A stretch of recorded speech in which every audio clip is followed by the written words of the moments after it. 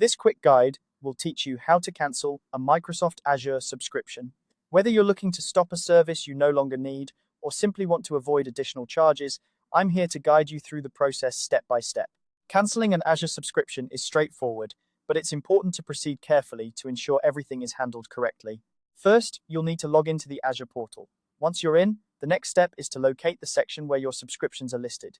You can do this by using the search bar at the top. Type in subscriptions and select it from the drop-down list.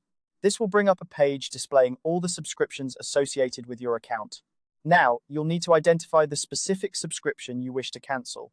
Look for the one tied to your payment method, such as a pay-as-you-go subscription. Click directly on the name of this subscription. This will open up a new page with all the relevant details about that particular plan. With the subscription page open, direct your attention to the top Actions toolbar.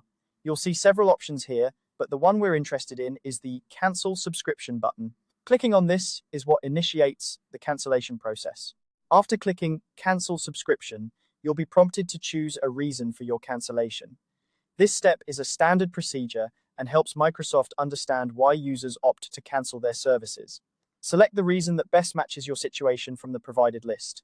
Next, you'll need to confirm the resource shutdown checklist. This is an important step as it ensures you're aware of what will happen to the resources associated with your subscription once it's cancelled. Make sure to read through this checklist carefully.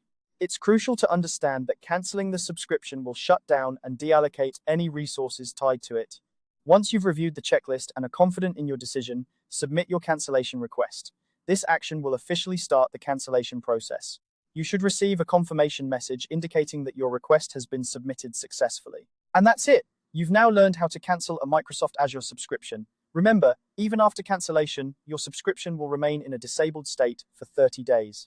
During this period, you can reactivate it if you change your mind.